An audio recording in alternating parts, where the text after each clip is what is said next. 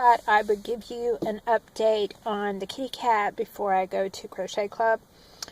Animal Control came yesterday, and there were 2 of them, and every time that they tried to get near the cat, it would run underneath the house. And there was just no way to pin the cat. We have just several acres of woods behind our house, and so they didn't want it going into the woods. So they set out 2 traps. Now, we have 2 outside cats that are about 12, 13 years old each, and then there are 2 semi-feral cats that come up and eat. And so I was kind of concerned about them being in the traps. So I got our 2 cats that were not the feral cats and put them inside and locked them in the bathroom. And then we had our inside cats. It was just quite the crowd yesterday. But anyhow, I kept trying to keep an eye on it. And the cat would go near the trap, but not into the trap. So when Chris came home, he had stopped by the store and bought several cans of tuna.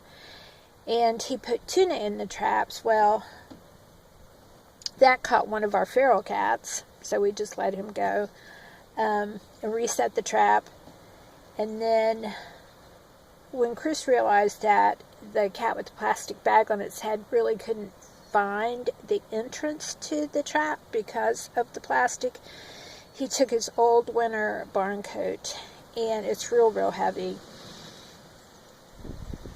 and he threw it over the cat and pinned the cat's paws down and ripped the plastic off the head, then picked the cat up and put it in one of the cages.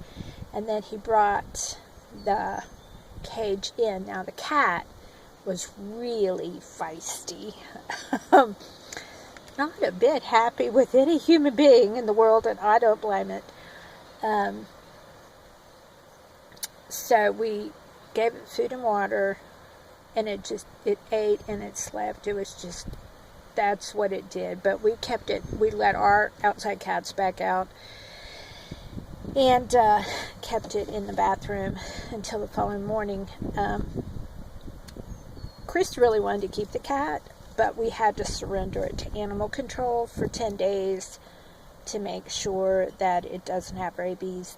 The next morning we woke up and the cat was fine, just still mad when Animal Control came, and I went to go get the other trap, and there was this possum in the other trap. So Animal Control took the kitty, and we decided that if the cat was going to be put down, we would have the cat fixed, and it could become like one of our feral cats, because we do have a barn, or we would surrender it to the barn program that's in our county, because we live in a rural farming community, and there are farmers who really appreciate cats on their property, and they spay and neuter them, and they let them live in the barn, and they feed them. But the whole idea is to keep the mouse population out of animal feed, grains, anything like that. So I don't know if we're getting a new kitty or not. Probably not. It just seems too feral, probably, for him to come back here. But as for the possum, it was kind of funny. The guy walked over, and the possum starts hissing at him. So he picks up the carrier, and the possum immediately, plunks over like he's dead. Which I've seen possums do. I mean, I know they play possum. It's a real thing. So Animal Control takes it off into the woods, but I can see them, and they turn the cage upside down, trying to shake the possum out of the cage. But the possum has played dead with his claws, and possums have some claws, let me tell you, into the wire at the bottom of the cage, and so they couldn't shake the possum out, and they're just like, and the possum's like hanging on with those claws. So they tried kicking at the sides of the cage, trying to get the possum to let loose, and the possum just wouldn't. So finally the guy gives it like a whoop, and the possum just comes out like cranberry jelly out of a can. Plop. And just lays on the ground. And I knew the possum was, we all knew the possum wasn't dead. So it's like, whew, that possum sure didn't want to go anywhere. He really kind of liked the cage. And I went back to check on the possum about an hour after they left. And indeed, the possum was gone. He was just playing possum. So anyhow, the kitty's fine. The kitty has no burn marks on him.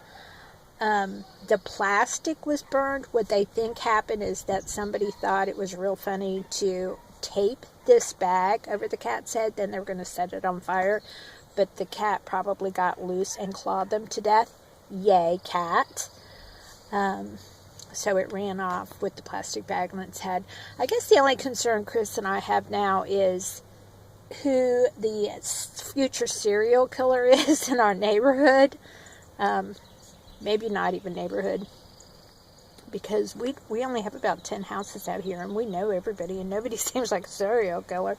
So it could have been that somebody just kind of dumped the cat, or the cat wandered. I don't know, but the cat is okay. So thank you for all your concern and prayers. I feel a lot better, and yeah, have your pet spayed or neutered and stay away from serial killers. Good advice. Bye.